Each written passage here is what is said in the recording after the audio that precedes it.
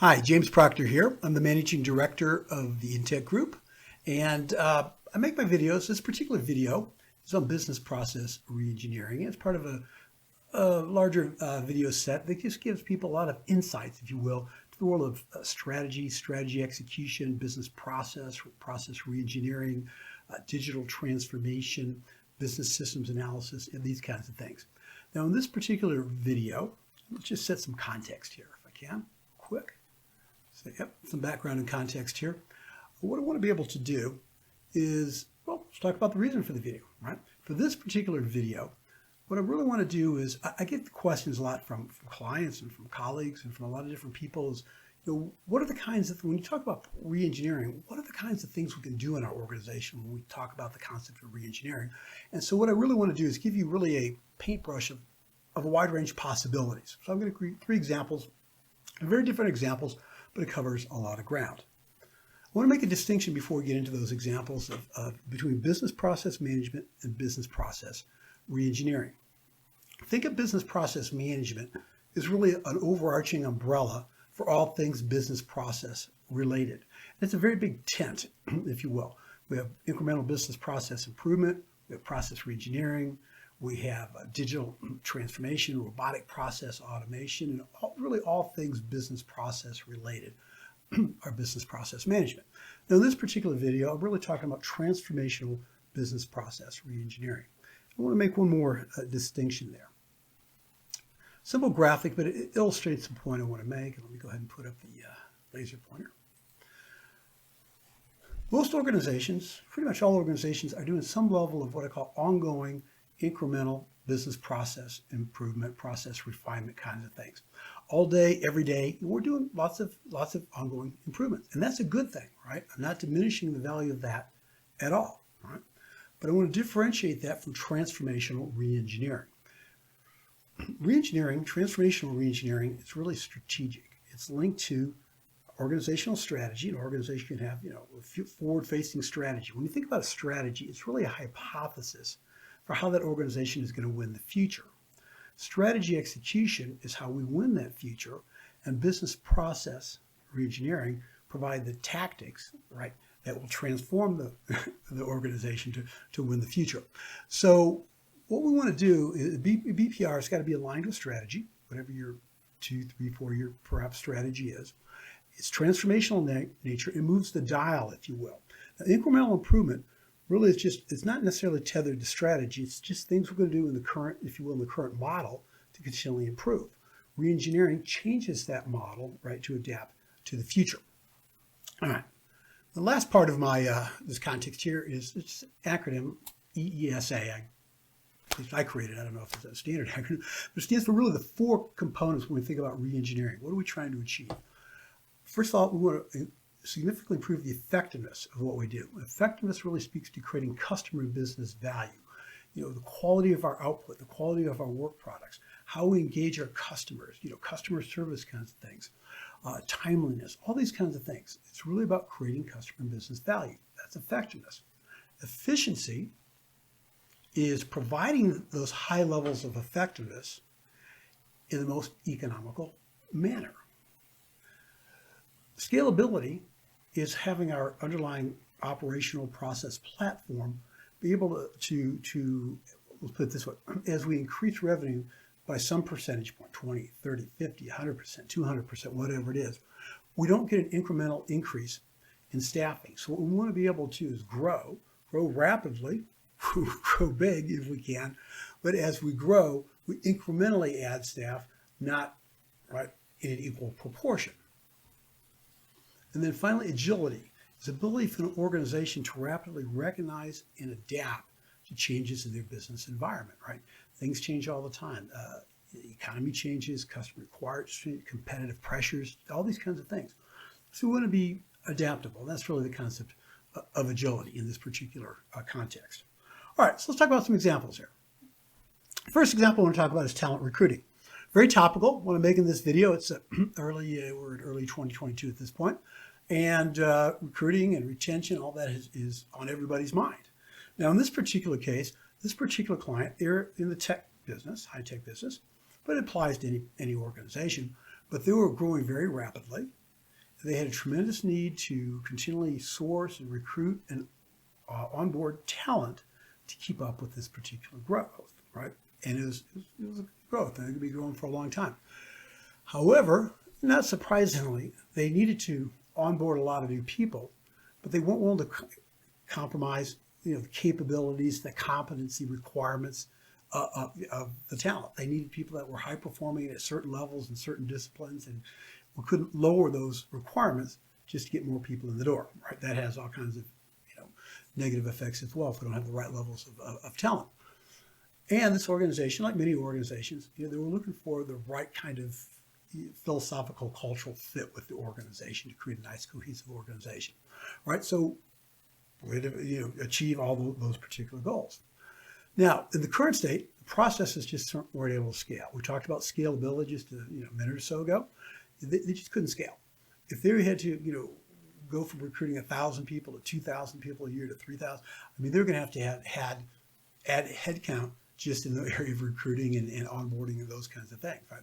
So increasing staffing required increasing staffing, all right? And the underlying systems just weren't, they were reasonably dated. They're the tech company, and they had fantastic technology, but internally, operationally, some of their internal support systems were, a little bit lagging our current technology. And the gap was widening, right? So, that was a big problem. Time to value was a key problem. Now, in this particular case, when we talk about time to value, what we're really talking about here is getting people through that identification, recruiting, onboarding funnel much faster, because they were losing a lot of good candidates because of the length of time they were in that funnel of a process. The current state model took anywhere from about 8 to 12 weeks to go through the whole cycle once you've identified a potential lead to onboarding a candidate. Spoiler alert here, right? By going through a pretty aggressive reengineering effort, we're able to get that down to about 8 to 10 days, right? Big difference in the ability to get people onboarded and falling out of the funnel. Now, so we did that with 3 parallel initiatives. One is, right, because their supporting systems needed to go through some modernization. In 3 parallel initiatives, we identified a lot of incremental improvement opportunities. Right? We just had to get some relief to the current staffing model that was there, because we had to squeeze a lot more efficiency out of the current model. So we identified about 30, 40 just opportunities to incrementally improve the process, right, without having to rely on any changes in the technology platform. In parallel with that, we went through a IT modernization a cycle to upgrade to a certain level that was needed to do some things. And in parallel with that, we also identified and designed and operationalized a whole series of transformational business process initiatives. Now, the word operationalized doesn't mean implemented. Operationalized means we made them ready to implement, right? We built the policy and procedures out, we recreated the processes, the application software functionality that was needed was created and tested. All those things all had to come together, and they were able to implement.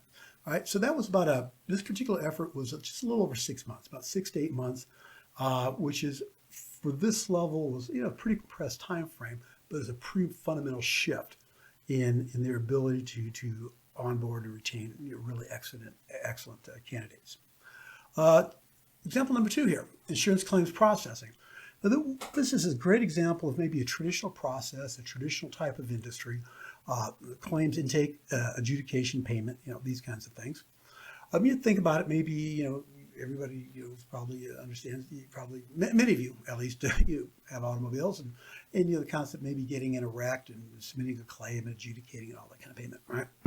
Well, this particular organization was a little bit slow to embrace, new technologies, improvements, and things like that. And it was stressing them because of that. Now, in this particular case, this particular process for this particular product line was extremely manual, very traditional. People called claims in, you'd have claims specialists take it over the phone, enter it in the claims management system. That claims specialist would do some manual validation, make sure the premiums were current, the certain claim they were entering was covered, these kinds of things. that specialist assigned it to a claims adjuster. That claims adjuster then manually adjudicated the claim, did the research, made the phone calls, did the inspections, whatever was necessary to do that. Then if a payment was authorized, it authorized the payment. The payment fee, you get it. It was just a traditional, standard, old line kind of process. Now the issue was, though, this particular product line was had a very high volume and a high volume of claims, but the claims were a very low dollar amount, right? So the cost of processing claims relative to the cost of other product lines was pretty high. And in order to have the right level of gross profit, it really had to get that cost of adjudicating claims way down. All right. So they have multiple systems that span multiple roles across multiple departments, about a classic old school kind of way of looking at things as you could get. The beauty of this, though, was it was a fantastic candidate for robotic process automation. It just met all the criteria, right? It involved significant manual work. That work was rules-based, right? We kind of codify those rules. Follow a standard procedure, right? We do this thing, we do this. Maybe we deviate this way or this way on this particular path. So there's a set of standard flows. It's repetitive in nature. We call it just banging out widgets. We take a claim, we take another claim, we take another claim, we take another claim. It fit pretty much check the list on all things RPA, right? And then through that, so the initiative was to implement a robotic process automation solution. We also had to do a little bit of IT modernization, not a tremendous amount, just enough to accommodate certain things we wanted to do. But the end result was 90% of, approximately 90% of the claims were able to be fully automated, lights out, from intake to adjudication to claims payment processing kinds of things. So yeah, about 10% of the claims required some manual intervention. Maybe they fell out of certain standards in terms of size or other things. But that's a lot of lift, because if we've got the cost claim processing way down to the extent where that particular product line now made a lot of sense to continue with. All right, number four. Let's go with number three. There is no number four. Acquisition integration. Now in this particular case, this organization acquired three, take a little sip of water here real quick. This particular organization acquired three additional companies. I'd say those companies were kind of like kind, similar to the organization that acquired them, and similar-ish to each other. So think about it. We really ended up with four like kind organizations. So the approach here, right, was to create a cohesive, a cohesive set of processes that span. You get the value of this these acquisitions, right? You get a lot of lift through consolidating process and systems and these kinds of things, because essentially it's the same underlying types of things they did, but you didn't want to have it done in four different silos, if you will. We wanted to create one cohesive organizational operating model. So we looked at that. We looked at all the four organizations, right? The current acquisition organization plus the three acquisitions. And we looked at best practice for each business process. We looked at best practice across all of the organizational models. Now, and to this organization's credit, they were just looking for best practice solutions. They weren't holding on to the old. They weren't saying, well, we're going to take our organization, use that as the baseline, and just integrate everything into that. They looked for the best across all those organizations. And one of the organizations in particular was a little bit smaller, but they had really high-performing processes and outstanding supporting systems, right? So the organization adopted a lot of that and integrated that. And so through all that, right, we were able to create a common operating platform. Now the organization still had separate branding and things like that, but behind the scenes operational, right, with similar, we had one, if you will, underlying process platform. But when you do that kind of thing, acquisition, integration, you create that common process platform. One of the things you have to be aware of, and this is the thing that was really essential making all this work, is what I call looking at global optimization, but also recognizing local variance from global optimization. But what does that mean? It just means that yes, 80, 90% of the process, the underlying process, the underlying core process, the global process, if you will, right, spans all those business lines, right, or business units, I should say. But you got to recognize each one of those might have some actual, what I'll call objective differences. Maybe because geographically they had to do some things differently. Maybe their product lines were just a little differently in certain ways. They had to handle things in certain different ways. So that's fine, right? But if we can get kind of a 80, 90% commonality with those variations that we've recognized, that are objective variations, not just because somebody wanted to do something different because it made sense, that's fine. And then we have a nice high-performing, it's not a one-size-fits-all, but it's a high-performing, highly effective, highly efficient, highly scalable, highly agile platform, right, to accommodate across all those brands. Okay, a couple of best practice tips here I want to leave you with. With respect to BPR, it almost always includes business process, incremental business process improvement. You're not going to say, okay, we're going to do these just do these transformational initiatives. Now, while you're analyzing things, you're going to identify many, many opportunities to do what I call the low-tech, no-tech incremental improvements. Right? There's a lot of cleaning up of the house that needs to be done, even when we're doing transformational kinds of initiatives. BPR, not incremental refinement, but BPR pretty much always requires some level of IT modernization. Sometimes it's highly aggressive, sometimes it's less aggressive, whatever's right. But you're going to probably, if you're going to accommodate these transformational initiatives, generally it's going to require some modernization, upgrading of whatever your supporting applications and technologies are. BPR is a journey, right? Now, incremental ongoing business process improvement is just that, it's ongoing. Process reengineering has an endpoint. Now that endpoint could be 6 months out, it could be 12 months out, it could be 18 months out, but it's going to have an endpoint. Because what we're going to do in business process reengineering is we're going to align it with organizational strategy, look at that forward-facing plan, and then implement our identify initiative that help move that organization right into that new space, right? Then maybe, a new plan, maybe a few years out, maybe we'll do another set of reengineering kind of initiative. But business transformational reengineering is going to have an endpoint. But the key thing is to get started, right? Because we're going to have to look at strategy. We're going to have to transfer that into strategic initiatives. We're going to have to get down to the business process layer. We're going to have to look at technology. So yeah, it's a journey. So just get started on it. It's just that straightforward, right? Now, to get started on it, I'd like you to consider some of our, this is our 2022 training course lineup. And we have some business process management, some great classes there. Our business process modeling and analysis course, business process reengineering, core concepts there. Business process automation, robotic process automation, intelligent automation with AI, all those kinds of things, and our business data analytics. Business systems analysis, right? Those are determining the underlying business system requirements to support the business requirements that support our new business processes. So identifying and analyzing requirements, looking at agility, looking at logical modeling, looking at the data-oriented business rules. Our power skills, right? The kinds of things, those are people skills really. How are we going to engage and interact and with the people, right? We're going to do a lot of great things in reengineering and analysis, but we still have to collaborate and engage with the people of the organization. Effective business cases.